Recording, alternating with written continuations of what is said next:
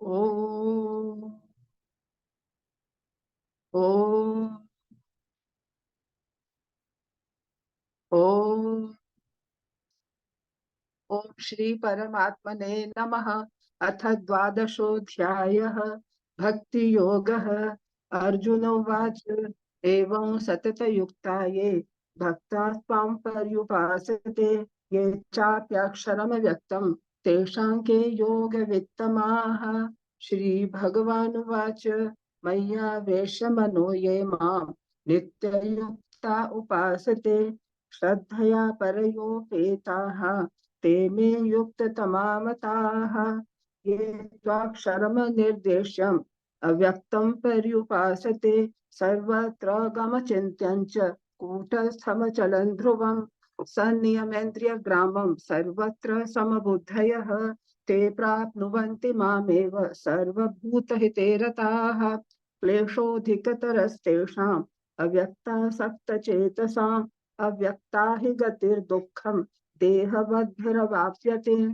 ये तु सर्वाणि कर्माणि मयि सन्न्यस्य मत्पराः अनन्येनैव योगेन मां ध्यायन्त उपासते तेषामहं समुद्धर्ता मृत्युसंसारसागरात् भवामि न चिरात् पार्थ मय्यावेशितचेतसाम्।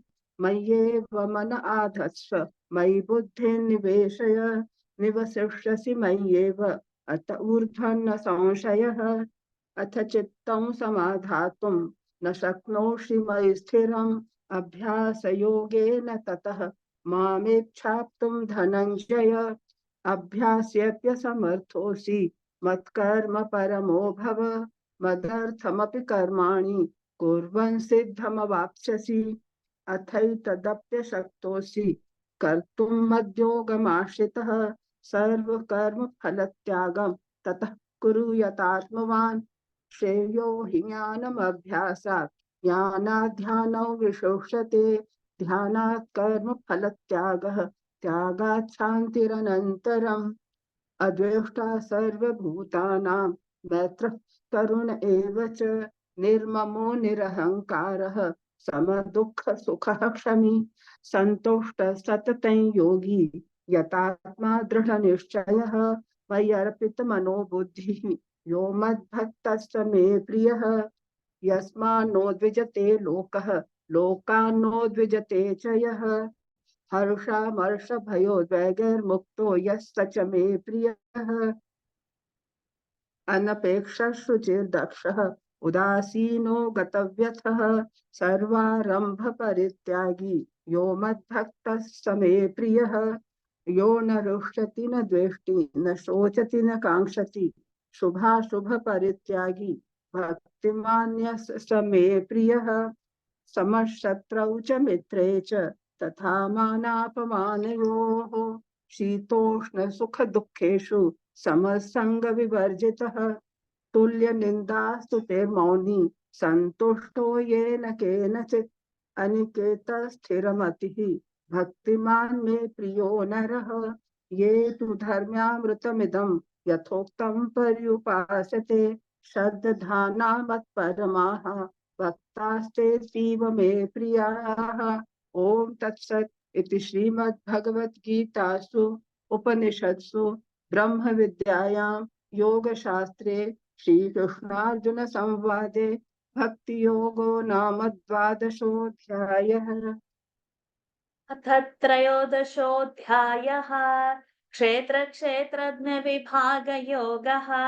श्रीभगवानुवाच इदं शरीरं कौन्तेय क्षेत्रमित्यभिधीयते एतद्यो वेत्ति तं प्राहुः क्षेत्रज्ञ इति तद्विदः।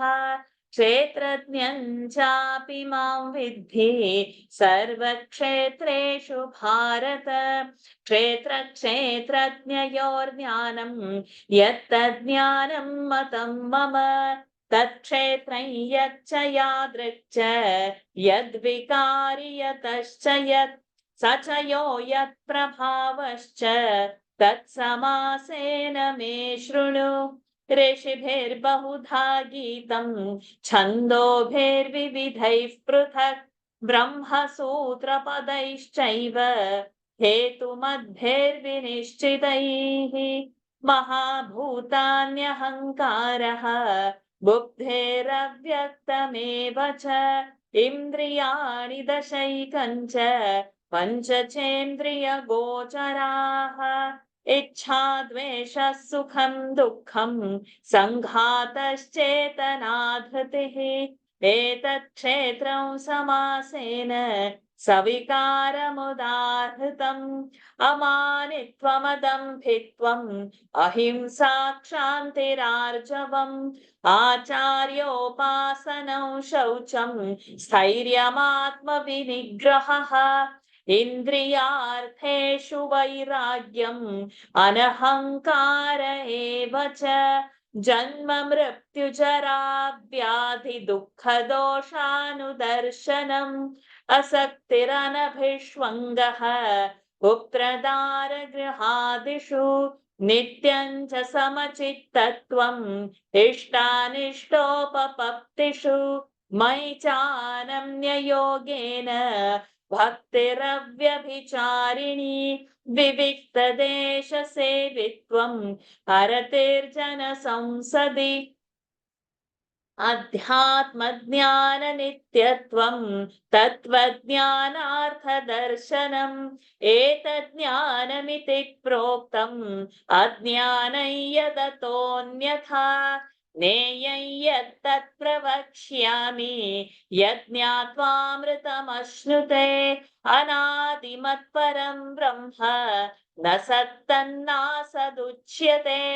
सर्वतः पाणिपादं तत् सर्वतोक्षिशिरोमुखम् सर्वतः श्रुतिमल्लोके सर्वमावृत्य तिष्ठति सर्वेन्द्रियगुणाभासं सर्वेन्द्रियविवर्जितम् असक्तं सर्वभृच्चैव निर्गुणं गुणभोक्तृ च बहिरन्तश्च भूतानाम् अचरञ्चरमेव च सूक्ष्मत्वात् तदविज्ञेयं दूरस्थं चान्तिके च तत् अविभक्तं च भूतेषु विभक्तमिव च स्थितं भूतभर्तृ च तज्ज्ञेयं ग्रसिष्णु प्रभविष्णु च ज्योतिषामपि तज्ज्योतिः तमसः परमुच्यते ज्ञानं ज्ञेयं ज्ञानगम्यं हृदि सर्वस्य विष्ठितम् इति क्षेत्रं तथा ज्ञानं ज्ञेयं चोक्तं समासदः मद्भक्त एतद्विज्ञाय मद्भावायोपपद्यते प्रकृतिं पुरुषं चैव विध्यनादि उभावपि विकारांश्च गुणांश्चैव विद्धि प्रकृतिसम्भवान् कार्यकरणकर्तृत्वे हेतुः प्रकृतिरुच्यते पुरुषः सुखदुःखानां भोक्तृत्वे हेतुरुच्यते पुरुषः प्रकृतिस्थो हि भुङ्क्ते प्रकृतिजान् गुणान् कारणं गुणसङ्गोऽस्य सदसद्यो निजन्मसु उपद्रष्टानुमन्ता च भर्ता भोक्ता महेश्वरः परमात्मेति चाप्युक्तः देहेऽस्मिन् पुरुषः परः य एवं वेत्ति पुरुषं प्रकृतिं च गुणैः सह सर्वथा वर्तमानोऽपि न स भूयोऽभिजायते ध्यानेनात्मनि पश्यन्ति केचिदात्मानमात्मना अन्ये साङ्ख्येन योगेन कर्मयोगेन चापरे अन्ये त्वेवमजानन्तः श्रुत्वानेभ्य उपासते तेऽपि चातितरन्त्येव मृत्युं श्रुतिपरायणाः यावत् सञ्जायते किञ्चित् सत्त्वं स्थावरजङ्गमं क्षेत्रक्षेत्रज्ञसंयोगात् तद्विद्धि भरतर्षभ समं सर्वेषु भूतेषु तिष्ठन्तं परमेश्वरं विनश्यत्स्व विनश्यन्तं यः पश्यति स पश्यति समं पश्यन् हि सर्वत्र समवस्थितमीश्वरं न हि नस्त्यात्मनात्मानं ततो याति परां गतिं प्रकृत्यैव च कर्माणि क्रियमाणानि सर्वशः यः पश्यति तथात्मानम् अकर्तारं स पश्यति यदा भूतपृथग्भावम् एकस्थमनुपश्यति तत एव च विस्तारं ब्रह्म सम्पद्यते तदा अनादित्वान् निर्गुणत्वात् परमात्मायमव्ययः शरीरस्थोऽपि कौन्तेय न करोति न लिप्यते यथा सर्वगतं सौक्ष्म्यात् आकाशं नोपलिप्यते सर्वत्रावस्थितो देहे तथात्मानोपलिप्यते यथा प्रकाशयत्येकः कृत्स्नल्लोकमिमौ रविः क्षेत्रं क्षेत्री तथा कृत्स्नं प्रकाशयति भारत क्षेत्र क्षेत्रज्ञयोरेवम् अन्तरज्ञानचक्षुषा भूत प्रकृति मोक्षं च ये विदुर्यान्ति ते परम् ॐ तत्सत् इति श्रीमद्भगवद्गीतासु उपनिषत्सु ब्रह्मविद्यायां योगशास्त्रे श्रीकृष्णार्जुनसंवादे क्षेत्रक्षेत्रज्ञविभागयोगो नाम त्रयोदशोऽध्यायः। अथ चतुर्दशोऽध्यायः गुणत्रय विभागयोगः। श्रीभगवानुवाच परं भूयः प्रवक्ष्यामि ज्ञानानां ज्ञानमुत्तमं यज्ञात्वा मुनयः सर्वे परां सिद्धिमितो गताः इदं ज्ञानमुपाश्रित्य मम साधर्म्यमागताः सर्गेऽपि नोपजायन्ते प्रलये न व्यथन्ति च मम योनिर्महद् ब्रह्म तस्मिन् गर्भं दधाम्यहं सम्भवः सर्वभूतानां ततो भवति भारत सर्वयोनिषु कौन्तेय मूर्तयः सम्भवन्ति याः तासां ब्रह्म महद्योनिः अहं बीजप्रदः पिता सत्त्वं रजस्तम इति गुणाः प्रकृतिसम्भवाः निबध्नन्ति महाबाहो देहे देहिनमव्ययम् तत्र सत्त्वं निर्मलत्वात् प्रकाशकमनामयम् सुखसङ्गेन बध्नाति ज्ञानसङ्गेन चानघ रजो रागात्मकं विद्धि तृष्णासङ्गसमुद्भवम् तन्निबध्नाति कौन्तेय कर्मसङ्गेन देहिनम् तमस्त्वज्ञानजं विद्धि मोहनं सर्वदेहिनां प्रमादालस्य निद्राभिः तन्निबध्नाति भारत सत्त्वं सुखे संजयति रजः कर्मणि भारत ज्ञानमावृत्य तमः प्रमादे संजयत्युत रजस्तमश्चाभिभूय सत्त्वं भवति भारत रजः सत्त्वं तमश्चैव तमः सत्त्वं रजस्तथा सर्वद्वारेषु देहेऽस्मिन् प्रकाश उपजायते ज्ञानं यदा तदा विद्यात् विवृद्धं सत्त्वमित्युत लोभः प्रवृत्तिरारम्भः कर्मणामशमस्पृहा रजस्येतानि जायन्ते विवृद्धे भरतर्षभ अप्रकाशो प्रवृत्तिश्च प्रमादो मोह एव च तमस्येतानि जायन्ते विवृद्धे कुरु नन्दन यदा सत्त्वे प्रवृद्धे तु प्रलयं याति देहभृत् तदोत्तमविदान् लोकान् अमलान् प्रतिपद्यते। रजसि प्रलयं गत्वा कर्मसङ्गिषु जायते, तथा प्रलीनस्तमसि मूढयोनिषु जायते। कर्मणः सुकृतस्याहुः सात्विकं निर्मलं फलम्, रजसस्तु फलं दुःखम् अज्ञानं तमसः फलम्। सत्त्वात् संजायते ज्ञानं, रजसो लोभ एव च, प्रमादमोहौ तमसः भवतो ज्ञानमेव च। ऊर्ध्वं गच्छन्ति सत्त्वस्थाः मध्ये तिष्ठन्ति राजसाः, जघन्यगुणवृत्तिस्थाः अधो गच्छन्ति तामसाः। नान्यं गुणेभ्यः कर्तारं यदा द्रष्टानुपश्यति, गुणेभ्यश्च परं वेत्ति मद्भावं सोऽधिगच्छति। गुणानेतानतीत्यत्रीन् देहि देहसमुद्भवान्, जन्म मृत्युजरा दुःखैः विमुक्तो मृतमश्नुते। अर्जुन उवाच कैर्लिङ्गे स्त्रीन् गुणानेतान् अतीतो भवति प्रभो, किमाचारः कथञ्चैतान् त्रीन् गुणान् अतिवर्तते।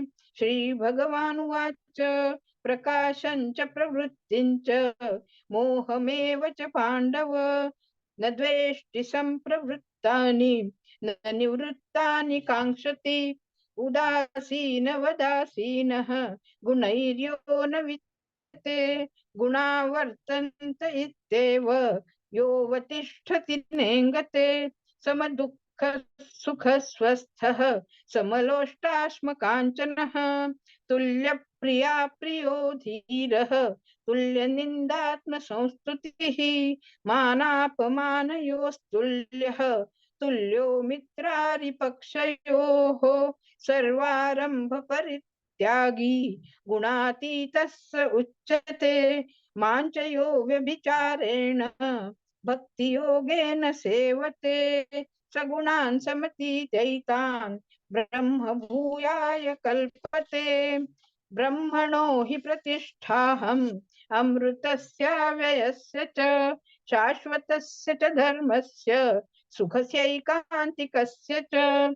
ॐ तत्सत् इति श्रीमद्भगवद्गीतासु उपनिषत्सु ब्रह्मविद्यायां योगशास्त्रे श्रीकृष्णार्जुन संवादे गुणत्रय विभाग योगो नाम चतुर्दशोऽध्यायः। अथ पंचदशोऽध्यायः पुरुषोत्तमयोगः। श्रीभगवानुवाच ऊर्ध्वमूलमधः शाखम् अश्वत्थं प्राहुरव्ययं, छन्दांसि यस्य पर्णानि यस्तं वेद स वेदवित्। अधश्चोर्ध्वं प्रसृतास्तस्य शाखाः गुणप्रवृद्धा विषयप्रवालाः, अधश्च मूलान्यनुसन्ततानि कर्मानुबन्धीनि मनुष्यलोके। न रूपमस्येह तथोपलभ्यते, नान्तो न चादिर्न च सम्प्रतिष्ठा। अश्वत्थमेनं सुविरूढमूलम् असङ्गशस्त्रेण दृढेन छित्त्वा, ततः पदं तत्परिमार्गितव्यं यस्मिन् गता न निवर्तन्ति भूयः। तमेव चाद्यं पुरुषं प्रपद्ये, यतः प्रवृत्तिः प्रसृता पुराणी। निर्मानमोहाजितसङ्गदोषाः अध्यात्मनित्या विनिवृत्तकामाः, द्वन्द्वैर्विमुक्ताः सुखदुःखसंज्ञैः गच्छन्त्यमूढाः पदमव्ययं तत्। न तद्भासयते सूर्यः न शशाङ्को न पावकः, यद्गत्वा न निवर्तन्ते तद्धाम परमं मम। ममैवांशो जीवलोके जीवभूतः सनातनः। मनःषष्ठानीन्द्रियाणि प्रकृतिस्थानि कर्षति, शरीरं यदवाप्नोति यच्चाप्युत्क्रामतीश्वरः। गृहीत्वैतानि संयाति वायुर्गन्धानि वाशयात्, श्रोत्रं चक्षुस्पर्शनं च रसनं घ्राणमेव च। अधिष्ठाय मनश्चायं विषयानुपसेवते, उत्क्रामन्तं स्थितं वापि भुञ्जानं वा गुणान्वितं विमूढानानुपश्यन्ति पश्यन्ति ज्ञानचक्षुषः यतन्तो योगिनश्चैनं पश्यन्त्यात्मन्यवस्थितं यतन्तोऽप्यकृतात्मानः नैनं पश्यन्त्यचेतसः यदादित्यगतं तेजः जगद्भासयतेऽखिलं यच्चन्द्रमसि यच्चाग्नौ तत्तेजो विद्धि मामकं गामाविश्य च भूतानि धारयाम्यहमोजसा पुष्णामि चौषधी सर्वाः सोमो भूत्वा रसात्मकः अहं वैश्वानरो भूत्वा प्राणिनां देहमाश्रितः प्राणापानसमायुक्तः पचाम्यन्नं चतुर्विधं सर्वस्य चाहं हृदि सन्निविष्टः मत्तस्मृतिर्ज्ञानमपोहनं च वेदैश्च सर्वैरहमेव वेद्यः वेदान्तकृद्वेदविदेव चाहं द्वाविमौ पुरुषौ लोके क्षरश्चाक्षर एव च क्षरः सर्वाणि भूतानि कूटस्थोऽक्षर उच्यते उत्तमः पुरुषस्त्वन्यः परमात्मेत्युदाहृतः यो लोकत्रयमाविश्य बिभर्त्यव्यय ईश्वरः यस्माक्षरमतीतोऽहम् अक्षरादपि चोत्तमः अतोऽस्मि लोके वेदे च प्रथितः पुरुषोत्तम यो मामेवमसम्मूढः जानाति पुरुषोत्तमं स सर्वविद् भजति मां सर्वभावेन भारत इति गुह्यतमं शास्त्रम् इदमुक्तं मया नघ एतद्बुद्ध्वा बुद्धिमान् स्यात् कृतकृत्यश्च भारत ॐ तत्सत् इति श्रीमद्भगवद्गीतासु उपनिषत्सु ब्रह्मविद्यायां योगशास्त्रे श्रीकृष्णार्जुनसंवादे पुरुषोत्तमयोगो नाम पञ्चदशोऽध्यायः।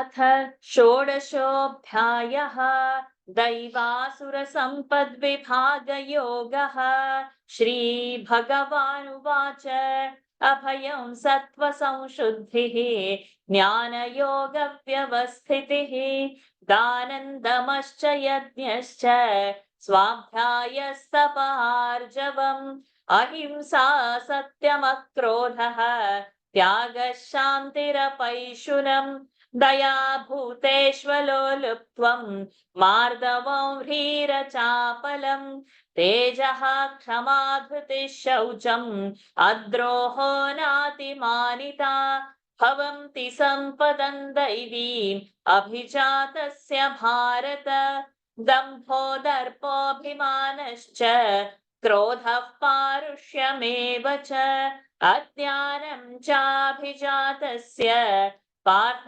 सम्पदमासुरीं दैवी सम्पद्विमोक्षाय निबन्धायासुरीमता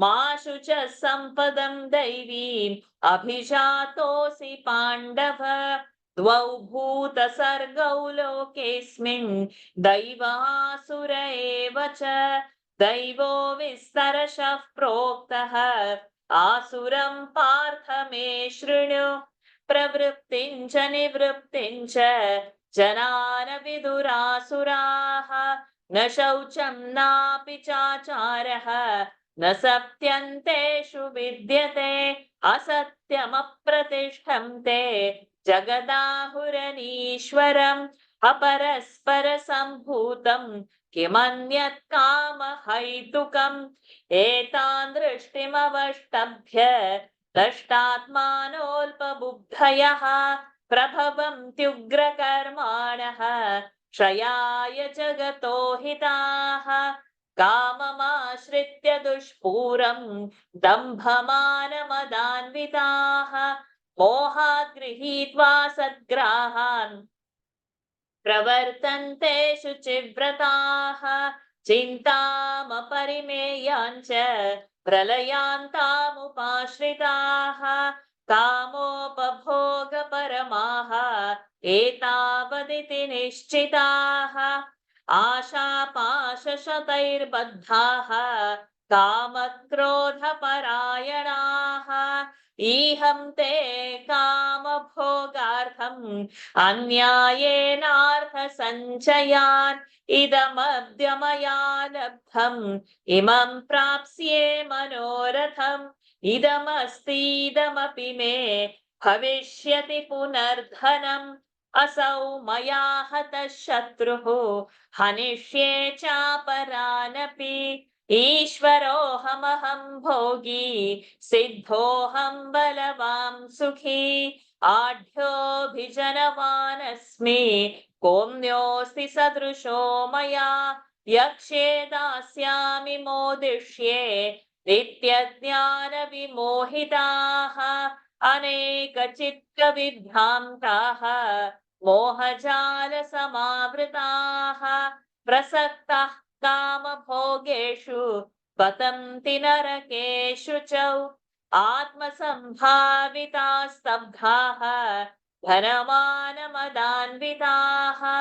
यजन्ते नाम यज्ञैस्ते दम्भेनाविधिपूर्वकम् अहङ्कारं बलं दर्पं कामं क्रोधं च संश्रिताः मामात्मपरदेहेषु प्रद्विषन्तोऽभ्यसूयकाः तानहं द्विषतः क्रूरान् संसारेषु नराधमान् क्षिपाम्यजस्रमशुभान् आसुरीष्वेव योनिषु आसुरीयोनिमापन्नाः मूढा जन्मनि जन्मनि मामप्राप्यैव कौन्तेय ततो यान्त्यधमां गतिम् त्रिविधं नरकस्येदं द्वारन्नाशनमात्मनः कामः क्रोधस्तथा लोभः तस्मादेतत्त्रयं त्यजेत् एतैर्विमुक्तः कौन्तेय तमोद्वारैस्त्रिभिर्नरः आचरत्यात्मनः श्रेयः ततो याति परां गतिम् यः शास्त्रविधिमुत्सृज्य वर्तते कामकारतः न स सिद्धिमवाप्नोति न सुखं न परां गतिम् तस्मात् शास्त्रं प्रमाणन्ते कार्याकार्यव्यवस्थितौ ज्ञात्वा शास्त्रविधानोक्तं कर्म कर्तुमिहार्हसि ॐ तत्सत् इति श्रीमद्भगवद्गीतासु उपनिषत्सु ब्रह्मविद्यायां योगशास्त्रे श्रीकृष्णार्जुन संवादे दैवासुरसम्पद्विभागयोगो नाम षोडशोऽध्यायः हरिः ओम् श्रीगुरुभ्यो नमः हरिः ओम् श्रीकृष्णार्पणमस्तु ॐ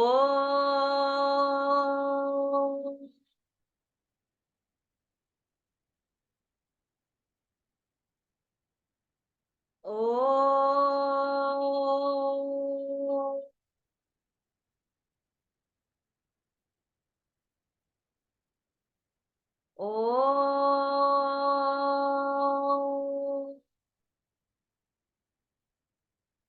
हरि ओम्।